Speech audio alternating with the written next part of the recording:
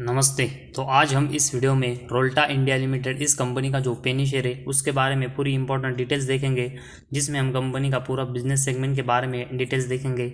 साथ ही में इस बिज़नेस में कंपनी के फाइनेंशियल और उससे रिलेटेड जो इंपॉर्टेंट रेशोज़ है उसमें कंपनी कैसे नंबर कंसिस्टेंट डिलीवर कर रहे हैं, उन सब के बारे में आज के वीडियो में स्टेप टू स्टेप इंफॉर्मेशन देखेंगे। और उसके बाद ही हमें पता चलेगा कि कंपनी के फाइनेंशियल और कंपनी का बिज़नेस कैसे चल रहा है, और तभी हम कंपनी में अपना एग्जैक्ट ओपिनियन बना पाएंगे कि कंपनी इन्वेस्टमेंट के नज़र से अच्छी है या फिर नहीं, और हमें कंपनी में कैसे इन्वेस्टमेंट करनी चाहिए। तो कंपनी के रिलेटेड इंपॉर्टेंट डिटेल्स में सबसे पहले हम कंपनी का बिज़नेस देखते हैं। तो रोल्टा इंडिया ये company IP led IT solution many vertical segment को प्रोवाइड करने वाली कंपनी है।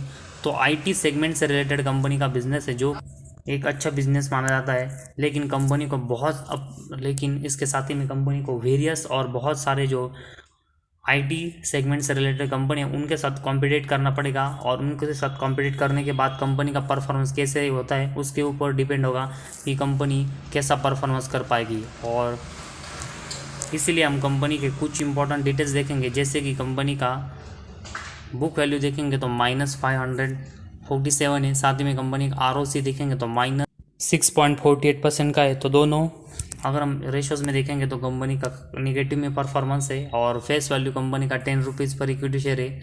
तो ये कंपनी का शेयर आने वाले समय में स्प्लिट भी हो सकता है। तो बुक वैल्यू निगेटिव में है और कंपनी का ROC में निगेटिव में, जो कि कंपनी के लिए एक निगेटिव पॉइंट है। और इस कंपनी का अगर हम शेयर का चार्ट देखेंगे तो पिछले एक साल में लगभग अगर हम देखेंगे तो कंपनी का शेयर डबल से भी ज़्यादा का रिटर्न दे चुका है। पिछले एक साल में जिन्होंने भी इस कंपनी में यहाँ पर इन्वेस्टमेंट की होगी तो उनको अच्छा बेनिफिट इस कंपनी में मिला होगा। लेकिन ये सिर्फ शॉर्ट टर्म की नज़र से अगर हम देखेंगे तो कंपनी के शेयर में तेज़ी देखने को मिली है। लॉन्ग टर्म के पर्सपेक्टिव से अगर कंपनी को अच्छा परफॉर्मेंस और अच्छा रिटर्न देना है तो कंसिस्टेंट कंपनी को फाइनेंशियल में और अपने नंबर्स में भी परफॉर्मेंस अच्छा करना पड़ेगा। और कंपनी के नंबर्स में कैसा कंपनी परफॉर्मेंस कर रही है उसके लिए हम सबसे पहले कंपनी का प्रॉफिट एंड लॉस स्टेटमेंट यहाँ पर देखेंगे, और उसके लिए सबसे पहले कंपनी का सेल्स देखेंगे, जो कि कंपनी का मार्च 18 में 2800 करोड़ का था। लेकिन उसके बाद मार्च 19 में ही कंपनी का सेल्स हमें लगभग 2000 करोड़ का देखने को मिला।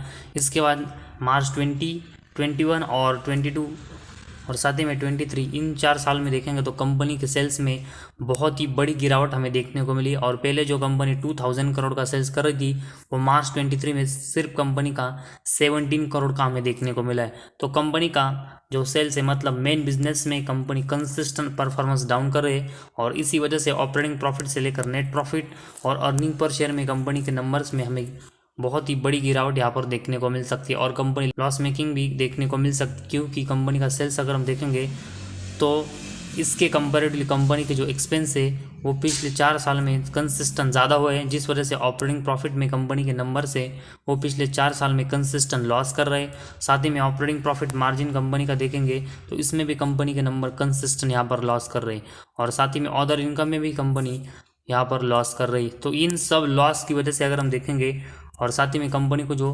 कंसिस्टेंट 700 करोड़ के आसपास इंटरेस्ट पिछले 4 से लेकर 5 साल में चुकाना पड़ रहा है, उस वजह से कंपनी का नेट प्रॉफिट है वो कंसिस्टेंट अगर हम देखेंगे तो लॉस मेकिंग परफॉर्मेंस है वो पिछले 5 से लेकर 6 साल में कर रहा है। और साथ ही में अर्निंग पर शेयर कंपनी का कंसिस्टेंट यहाँ पर लॉस यहाँ पर कर रहा है। और किसी भी कंपनी का नेट प्रॉफिट और अर्निंग पर शेयर जिस मल्टीप्लाई में बढ़ता है उसी मल्टीप्लाई में कंपनी का शेयर बढ़ता है या फिर डाउन परफॉर्मेंस करता है। और इस कंपनी का नेट प्रॉफिट और earning per share consistent loss कर रहे हैं, जिस वजह से कंपनी का परफॉर्मेंस है वो करंटली और लॉन्ग टर्म के पर्सपेक्टिव से अगर हम देखेंगे तो बहुत ही ख़राब है, और कंपनी का शेयर कभी भी हमें डाउनफॉल में जाते हुए देखने को मिल सकता है।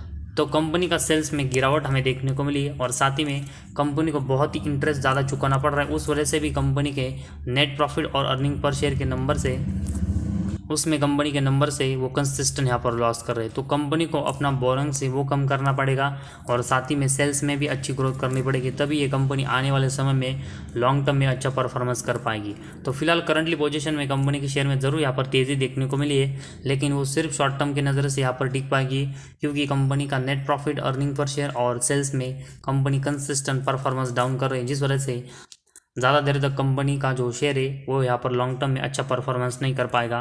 और उसके बाद कंपनी की बैलेंस शीट अगर हम देखेंगे तो कंपनी के जो रिजर्व है वो 9000 करोड़ के लॉस में, और उसके कंपेरेटिवली कंपनी का बोरिंग से 10,000 करोड़ के ऊपर है।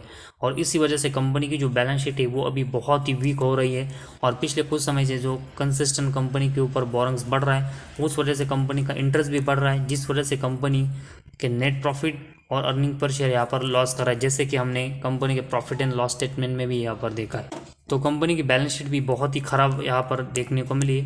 और कैश फ्लो का कंपनी का परफॉर्मेंस देखेंगे पिछले 4 से लेकर 5 साल में देखेंगे तो मैक्सिमम टाइम इसमें भी कंपनी लॉस मेकिंग परफॉर्मेंस कर रही है। तो इस वजह से नेट कैश फ्लो कंपनी का जो है इसमें भी कंपनी को बहुत ही इंप्रूवमेंट करके ये नंबर से वो प्लस में लाने पड़ेंगे, तभी कंपनी का परफॉर्मेंस है वो अच्छा हो पाएगा, क्योंकि तभी कंपनी के पास अच्छा कैश फ्लो आएगा। और इसके बाद डेप्टर डेज अगर कंपनी के देखेंगे तो मार्च 23 में 1400 के ऊपर हमें देखने को मिले।